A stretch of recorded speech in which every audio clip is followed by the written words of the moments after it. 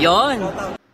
So, ayun, magandang araw mga kalingap. Ayan, nandito na naman po ang inyong kaibigan, Chen Balot.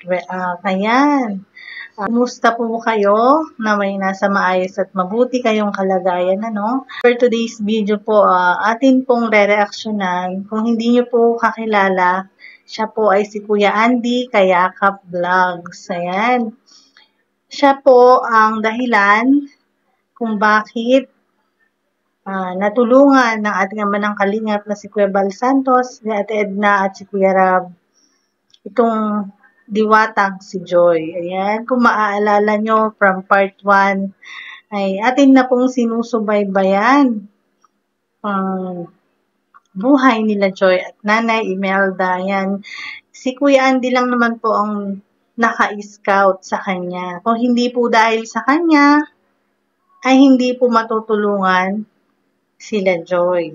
At kung hindi naman po dahil sa ating ama ng kalingap at sila Kuya Rab, hindi rin po talaga posible na matutulungan. Kaya naman napakaraming salamat po kila Kuya Rab at Kuya Bal Santos Matubang. Ganun din kay Ate Edna. Siyempre, ang ating pong may kapal, ang ating ama na siyang lumikha. Yan, maraming salamat po dahil meron kayong mga ginagamit na instrumento para makatulong sa kapwa. Ayan. At isa na doon, itong ating re-reaksyonan na si Andy Kayakap Vlog. Ayan, pasupport naman po si Kuya Andy Kayakap Vlog. Ayan, isa po siyang masipag na scouter ng kalingap. Ayan, syempre bago ang lahat, babatiin ko po muli ang ama ng kalingap na si Kuya Bal Santos Matubang, si Ate Edna Vlog, at ang napakagwapong Kalingap Rab. Ayan, syempre naman, binabati ko rin yan, may kalab shoutout sa bumubuo ng Bonafide Kalingap Reactor or Kalingap Bonafide Reactors. Ayan, shoutout po sa inyong lahat. Syempre, ganun din kay Kuya Marsano TV 2.0, kay Burloloy's Thinking, hello, shoutout po, kay Kuya Potpot, Renilyn 26 Simple TV, Amelin Galicia, Ana Tads, at Juan Arceo, sa kay Delia, Ate Delia, hello, shoutout po. Ganun din kay Ma'am Bopil, hello po. Yan, good morning, good afternoon, and good evening po sa ating lahat. At kung ready na kayo mga kalingap, umpisahan na natin panoorin ang pag-scout ni Kuya Andy sa bahay nila Joy. Ayan. At yun nga mga kalingap, ito na, narito na po tayo sa ating target na area, no? At siyempre, kasama natin si Kagawad.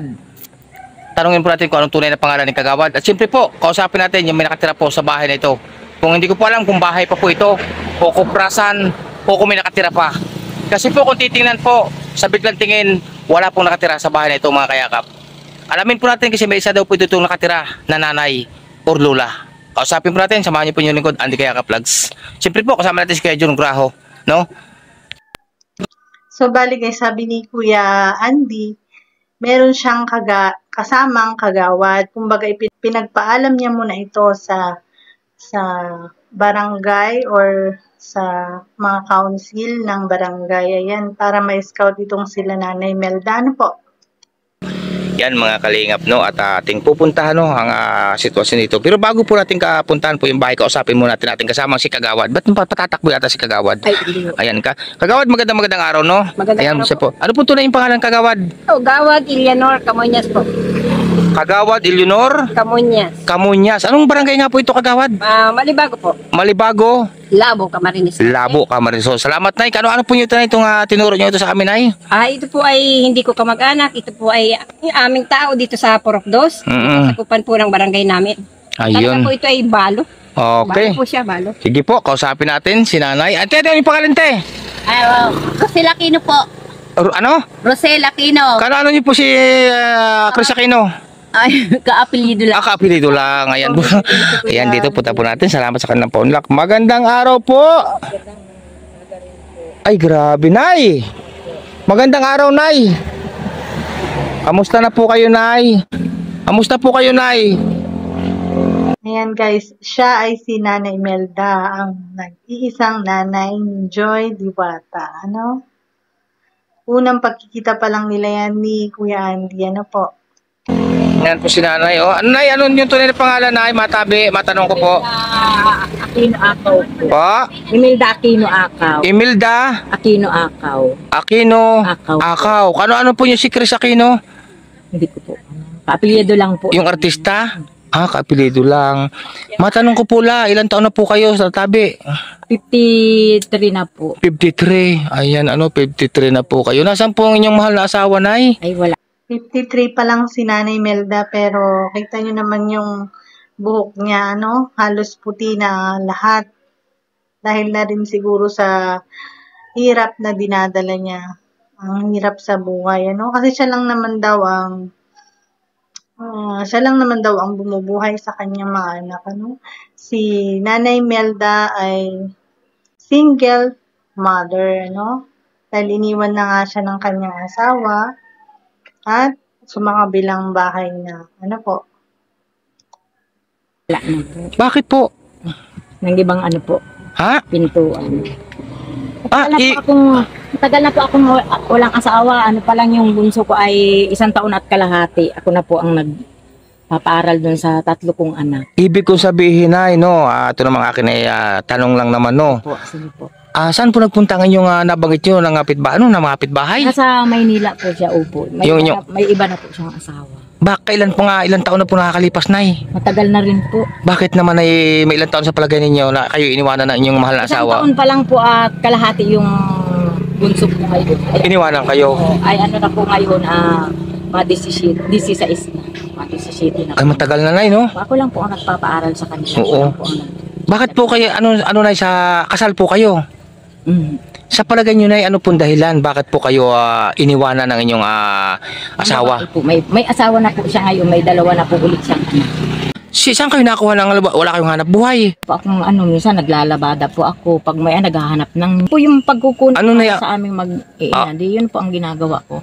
Dati Yan, napakasipag talaga ni Nanay Melda, Siya lang naman ang gumagawa ng paraan para lang may pambaon, panggastos ang kanyang mga anak na sila Joy, Naglalabada daw siya, nagkukupta, at kung ano-ano pang trabaho, kahit panlalaki pa yan, pinapasok talaga niya. po namamasukan ako. Ay Masukan po sa opisina? Kapitbahay. Sa bahay po. Kasambahay. Tapos po nung malaki na yung dalaga na yung 2 kong anak, di na po ako nakaalis kasi nagsusulo po yung anak ko dito. Hindi na po ako. May anak po kayo dyan sa loob? Wala po, nasa eskwelahan. Paano po yan, ay ang inyong pang-araw-araw ninyong pangangailangan tulad? Simula daw nung nagdalaga na sila Joy at saka kapatid ni Joy, ay hindi na daw siya makaalis. Kumbaga, hindi na siya makapunta doon sa pinagtatrabawan nga kasi nga mga babae yun. Hindi na niya ito maiwan. Kaya naman minto na siya sa pagtatrabaho at naghanap na lang ng iba. Po ng pambaon ng inyong anak na sinasabi niyo napasok. Tapos kayo, pagbigas ninyo, pagkain ninyo, paano yan ay siya kayo nakuha? Ay, naghahanap po ako ng nyug. Dikihanap ako ng nyug. Minsan po naghahandicraft ako. Nagkikipanlabada po ako.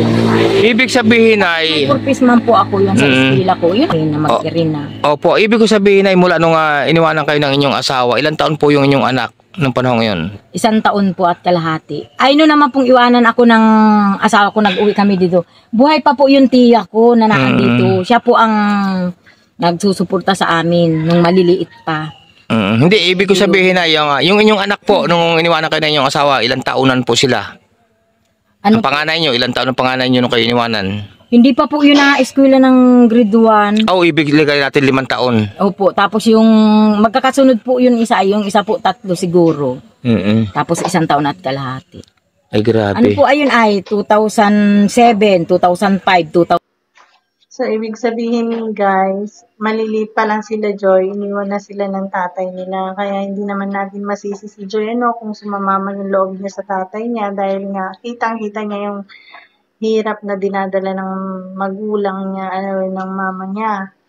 Dahil tinataguyod silang mag-isa ng nanay niya. Ano po? 2003. Dito na po ako. Kayo na talaga ang bumuhay sa inyong anak. Talaga. Ay, grabe. Bakit lahat ng pwedeng pagkakitaan, ginagawa ko po yan. Mamamakan ako. Para sa inyong anak. Pag may nagpapalaba po, nakikipanlabada ako. Pag may naglalagas ng nyug, pagkatapos nilang maglagas, nakikipanghanap ako ng nyug. Ay, grabe, no? Natulong. Kahit panasaya ko man po, awa ng Diyos. Tanong ko na, bakit po nagkaganito na po ang inyong, ang tingin ko po dito na hindi na bahay eh. Eh kasi po, hindi naman po pag nagkakakwarta po, kakaya po ng sa purpose. Opo. Hindi ko naman po pwedeng gastusin sa mga, dito sa bahay, talagang para sa mga eskwela ko po yun. At bawal baga po magpa-absent sa mga, sa purpose. Kaya ganito po. So, bali, 4-piece member nga si Nanay Melda. Ano sabi niya, kung may nare-receive naman siyang benefit sa 4-piece, ay hindi niya naman daw pwedeng gastusin para lang ipampagawa ng bahay. Iniinot-inot niya yun para panggastos at pangbaon nila Joy. Dahil ayaw niya nga itong umabsent. Ano po? Grabe. Nakakatulog pa kayo, Nay, sa bahay ninyong ito, Nay? Pwede po makapasok, Nay? Ito po. Nakakatulog pa po kayo dito, Nay, sa inyong bahay na ito? Ito nga po, anuan ko ng sahig, nag-ano na ako ng kawayan para panlagay ko. Alam po yan nila Maring Inol kasi sila yung uli-uli sa akin. Tapos ito po, inaanoan ko ng plastic. Oo, puro plastic na po yan, oh. Ako. Ay, grabe. Eh, sino kasama niyo dito tumulog, Nay, sa inyong bahay na ito, Nay? Ngayon po, ako lang. Sirang At yun po, naroon na doon yung ano ko, yung may baby ko. Ayan po mga kalinga po. Ay, bakit hindi po kayo naipumisan doon sa inyong anak na may asawa na? Mahirap baga pong makipisan sa anak, kaya kahit Baka may kuryente yan, Nay. hindi po, wala po. Kaya kahit po ganito po, nagtsatsaga ako. Tsaka inialis ko po yung anak ko dito kasi nung minsan po na maulan, nagulat po ako kasi paghawak ko sa nag-ground ako. Ah, Gawa ganun. po pala nun ay yung natubigan ako. Kaya, Nay, kita grabe po ang sira na ng inyong bahay, Nay, no? Grabe po ang sira na nito. Yan, grabe. Nagpatay po ako dito bahay na yun. Ako lang po ang namumurti. Kahit po yung bahay ko doon, ako Opo. lang po ang namumurti nun. Yan mga kalinga po ang bahay ni Lola. Ano na ito? Ako lang po ang Ilan tanong nga po kayo, Nay? namumurti rin ako. 53. Saan po kayo natutulog dito, Nay? Doon po. Diyan kayo natutulog. Sira din po. Eh, sira din nga ito eh. Doon po yan. Nakikitulog na kayo. Inyo, kubo-kubo din ninyo ito. Yan, di yung isang bahay. Yan mga kalinga po at may kubo-kubo ditong maliit dahil wasak na nga itong bahay ni Nanay. Na ito po yung kaya po. Dito kayo natutulog din sa parting ito. Oo, ito po okay naman na po ito kasi Ay, paano yan ay mga butas-butas ang inyong tinutulugan? hindi po sinasapnan ko naman po yan. Ito po may pansapin ako. Baka may ahas yan, Nay. Wala man po. Noon dati po po talagang nagising po yung anak ko may katabing ahas. Ako. Hindi man po kinagat. Yung mga dalaga nyo, ilan ba ang dalaga ninyo? Dalawa po. Saan natutulog yun? Ay doon ko na po. Sabi ko doon po muna siya matulog. Kanino? Ayos. Doon sa ate niya po. Sa atin niya. Sino kasama nyo dito, ang anak? Kulang po din naman po na ako na dito at may kapitbahay naman baga po ako. Oo nga, grabe. May Grabe po. kapitbahayan po ako. Tapos itong bahay ninyo dito, nakatagilid na. Sirang-sira na po mga kayakap ang bahay ni Lola. Sabi ko nga po, kung wala lang po ito Yan po, mga kalinga po, kung isipin po ninyo, walang nakatira sa bahay pong ito, pero may nakatira po. Isang Lula po, at mag-ina po ang nakatira dito mga kayakap. Mag-ina. Ang naman po, makatapos lang Mag-ina. yung ako. Grabe. Kahit naghihirap kami. Salamat po ako kahit ganito. Hindi ako nagkakasakit. Ako pa po ang nangungurti niyang mga kahoy na yung gagawin ng bahay namin. Ako po ang nangungurti niyan lahat. Ibig sabihin yung bahay ninyo na ito kayo pang nangunguha ng mga kahoy-kahoy. Yung mga kahoy kung yan, opo, ako po ang nangungurti niyan. Yung pong ginawa doon, mga bilog-baga po yun. Ako po ang nagsasakripisyong manguha ng Ito mga kalingap si Yan sa Nanay, baba. napayak na po. Sige lang, Nay. Mahalaga, Nay, manalig lang tayo sa ating mahal na Panginoon Diyos, Nay. Yun lang po ang ko kahit naghihirap kami, di ako nagkakasakit. Awa, baga po naman ng Diyos kahit Opo. ganito ako. Kaya ako nagkakasakit. Ang sitwasyon po ng bahay ni Nanay dito. Tinutulugan ngayon ni Nanay. Ito po. Grabe. Okay, ma'am. Grabe talaga, grabe. Natuto Tsaka kayo nagluluto naman, Nay, ng inyong po, may pugon ako. diyan kayo nagluluto sa parting iyon, no? Ayan. Sige, Nay, ganito, Nay, no? Ako po may dala sa inyo, ha? Ang dala ko pong ito sa inyo, Nay, ay siguro naman ay makakatulong ito sa inyo kahit papaano, no? Ayan, kukunin ko lang, Nay. Diyan lang po muna kayo. Yan, mga kalinga po, ang sitwasyon po ng bahay ni Nanay dito. Nakakapangilabot po mga kalingap. Kung titingnan nga po niyo, wala pa po. Kung titingnan po niyo ito, parang walang nakatira. Pero meron po. Ayan, sa mga yun po, dyan po siya misano natutulog sa may parte pong yan. Sa isang napakaliit na espasyo.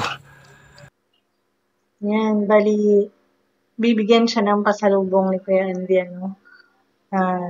ilalapit niya ito doon kila Kuya Val Santos at kay Kuya Rab para naman matulungan at mapaayos agad-agad ang kanilang bahay. Dahil parang nga naman kung titignan mo nga naman ay parang wala na nakatira dyan. Dahil tutumba na nga lang, kung bugahan lang ng hangin yan, talaga naman magigiba na yan, mga kalingap. Kawawa naman sila Nanay Melda. Ay, grabe. Yan, kukunin natin po ang pasalubong natin kay nanay. Yan po, mga kalingap, kunin natin itong bigas ng buhay, no? Para kaya nanay, para siya po ay makauntos-untos, mga kayakap. Yan po ang sitwasyon po ng kanyang bahay, oh. Yan po, Kuya Bal, ito, Kuya Bal, nilalapit ko po ito sa inyo, ang isang kawawang lula na ito, na may mga anak po. Nay, magandang araw po muli, no? Nay, oh, may pasalubong ako sa inyong bigas, Nay, ng buhay. Maraming salamat. Ayan. Sa po. Wala kami bigas, mangungutang ako. Ha? Ako ngayon. Mangungutang sana kayo ng bigas? Nakaano po, sabi ko mautang ako. Sana ako ngayon. Sabi na ako dun sa may tindahan, mautang ako ng bigas. So, hulug-hulugan na lang namin. Ay, grabe, no? Nay, sa palagay nyo, Nay, mga kailang araw yan sa inyo, Nay, o isang linggo, kaya? Di maupo, isang linggo man ako. Oo, ayan. Pero mamayang hapon, nandito yung inyong anak na dalaga. Opo, naandito po yung napasok. Opo, alas 4 po, alas 5 naandito na po. So, ayan mga kalingap, bali, dinilan siya ng bigas ni Kuya Andy, para lang paunang tulong na binigay niya para kila Nanay Melda at sa kanyang mga anak. Binayang sila Joy. At yun na nga ang umpisa ng pagbabago ng buhay nila Joy, nang ma-scout. Simula nung ma-scout sila nila Kuya Andy, nilapit niya ito kay na Kuya Rab at Kuya Bal, ayan. Kaya naman, tignan nyo naman guys, kung anong pagbabago ang nangyari sa buhay nila Joy, di ba? From diwata to sira-sirang bahay to mansyon, malamansyon ang bahay ni Joy. Kaya naman, maraming salamat, Kuya Bal, Ate Edna, Kalingap Rob, ayan, sa inyo pong support at patuloy na pagtulong sa mga lubos na nangangailangan. At syempre, maraming salamat din po kay Kuya Andy Kayakap na siya naman naka-scout kila Joy, ayan. At hanggang dito na lang po ang ating reaction patungkol dito kay Joy na na-scout ni Kuya Andy Kayakap. Kung hindi pa po kayo nakasubscribe sa aking channel, click nyo na po ang subscribe button, ganun na rin na notification bell. Please like, share, and comment na rin po, Maraming salamat po sa inyong lahat. Goodbye and God bless po. Bye!